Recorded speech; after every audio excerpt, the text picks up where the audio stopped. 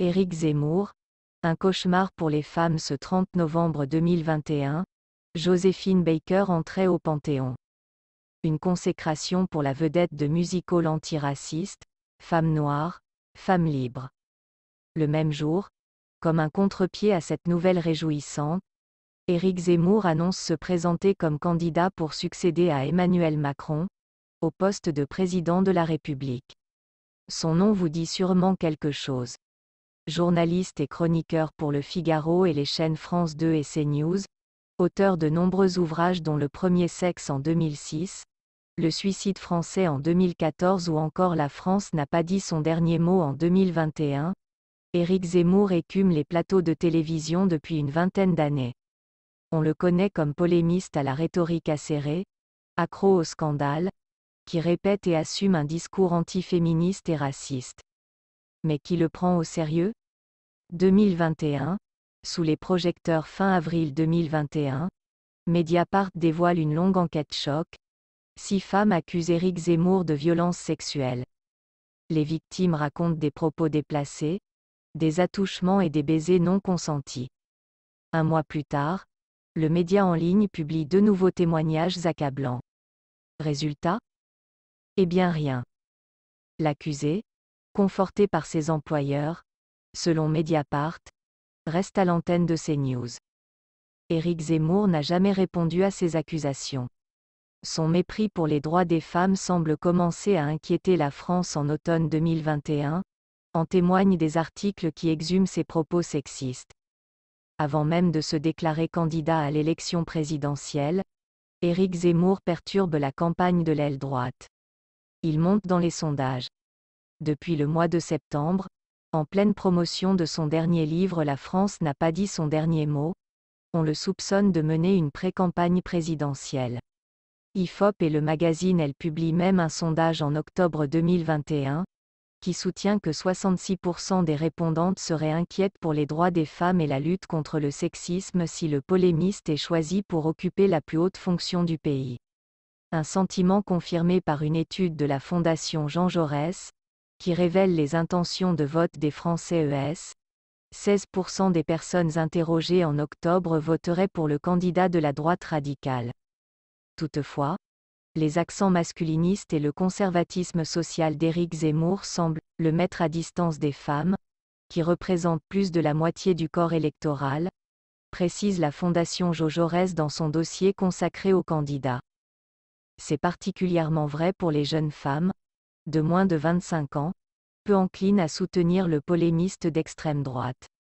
Une idéologie anti-féministe, mais comment gagner une présidentielle sans le vote de la majorité de l'électorat français ? Le discours sexiste et misogyne d'Éric Zemmour est en effet bien connu.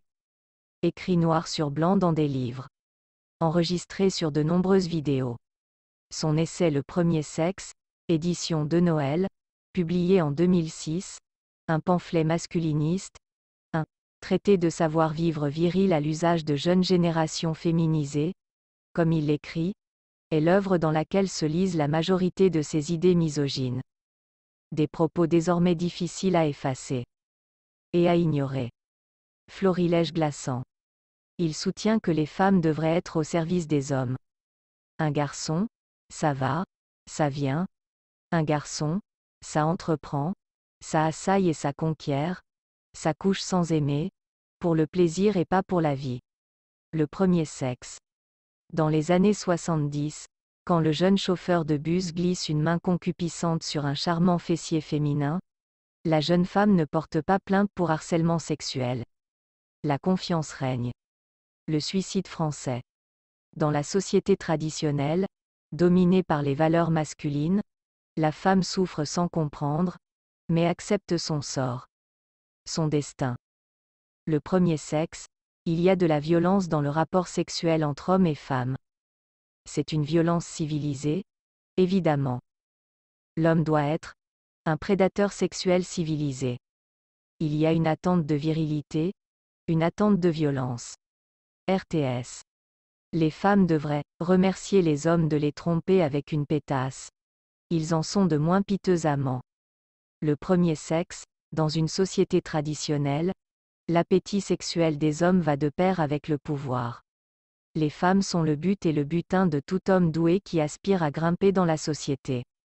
La France n'a pas dit son dernier mot. D'après Éric Zemmour, les femmes ne seraient pas faites pour exercer le pouvoir. On pourrait compter sur les doigts d'une main les femmes politiques, de stature nationale, qui ne soient pas passées dans les bras de l'un des 3 monarques français de ces 30 dernières années, Giscard, Mitterrand, Chirac. Et la loi sur la parité a décentralisé le droit de cuissage politique, surchargeant les listes pour les élections municipales et régionales d'épouses et de maîtresses. Le premier sexe. Dans les milieux où il y a véritablement du pouvoir, il n'y a pas de femmes. Elles n'incarnent pas le pouvoir. Le pouvoir s'évapore dès qu'elles arrivent. BFM TV. Les femmes seraient coupables de l'affaiblissement de la société et de la dévirilisation des hommes. Au tournant des années 70 du XXe siècle, la conjonction du divorce facile et de l'accès des femmes au salariat libère soudainement cet éternel bovarisme, lui donne une puissance insoupçonnée, qui va tout emporter sur son passage. C'est que toute la société, hommes et femmes, est emportée par le romantisme du couple. C'est toute la société, hommes et femmes, qui rêvent de devenir femmes. Le premier sexe. L'amour courtois fut inventé dans le sud-ouest de la France. Les salons du XVIIe siècle, tenus par des femmes, furent une exclusivité française. Cet équilibre subtil entre hommes et femmes, entre virilité dominante et féminité influente, a été brisé par l'abdication des hommes blancs du XXe siècle qui ont mis à terre leur sceptre patriarcal. Le premier sexe. Comment expliquer un tel discours ? Dans l'idéologie d'Éric Zemmour, l'argument biologisant est central, analyse Hugo Houbard, assistant d'enseignement et de recherche au Global Studies Institute de l'Université de Genève. Il ramène la femme à une seule caractéristique déterminante, la maternité. Mais ce discours s'intègre dans une idéologie plus vaste, la société française serait décadente. Selon le polémiste, la société de consommation, qui émerge dès les années 60 en France, le fait de faire les magasins ou se soucier de son apparence, marquerait une féminisation de la société, l'affaiblissement de la société occidentale et une dévirilisation des Français, poursuit le doctorant en sciences politiques. C'est un discours typique de la droite radicale. Pour renverser la situation, l'écrivain réactionnaire propose de revenir à un état antérieur. Il souhaite un retour à un passé idéalisé, confirme Hugo Houbard. Il met d'ailleurs souvent en avant des acteurs qui représentent la masculinité, comme Delon, Belmondo ou Gabin. Or Éric Zemmour fait allusion à une France des années 60, qui accordait aux femmes un rôle presque exclusivement ménager et qui fermait les yeux sur les violences. Une tentative de réhabilitation. Ma candidature est celle qui défend le mieux les femmes. Éric Zemmour est l'invité du 20h sur TF1, le 30 novembre 2021, le jour de l'annonce de sa candidature à la présidentielle, quand il choque avec cette phrase, inattendue. Défavorisé dans les sondages par un discours profondément sexiste, le polémiste essaie de convaincre, tant bien que mal, les Françaises. Une tentative d'élargir sa base électorale. Une forte proportion de femmes le rejettent, ajoute Hugo Houbard. Minimiser ses déclarations passées et se positionner comme sauveur est certainement une stratégie calculée. Lorsqu'il prend la parole, notamment lors de son meeting à Villepinte, le 5 décembre 2021, NDLR, il place des femmes en fond. C'est du tokenisme, une manière de parler des minorités, au sens de la domination, pour montrer son ouverture, explique le doctorant en sciences politiques. Rond rouge tête qui parle, je ne suis plus le journaliste, l'écrivain. Je suis candidat à la Croisillon PRE accent aigu Sidentiel 2022. Ma mue est faite et je pense que ma candidature est celle qui défend le mieux les hashtags femmes, et #Zemmour, @ZemmourEric, dans Croisillon le 20h de @Gilles Boulot sur @TF1, lien webpic.twitter.com/xtelpwwt2f. TF1 Lège T, @TF1 Leuge, November 30, 2021. Quelques femmes ont bien tenté de montrer leur soutien au désormais candidat à la présidentielle en lançant le mouvement Croisillons les femmes avec Zemmour.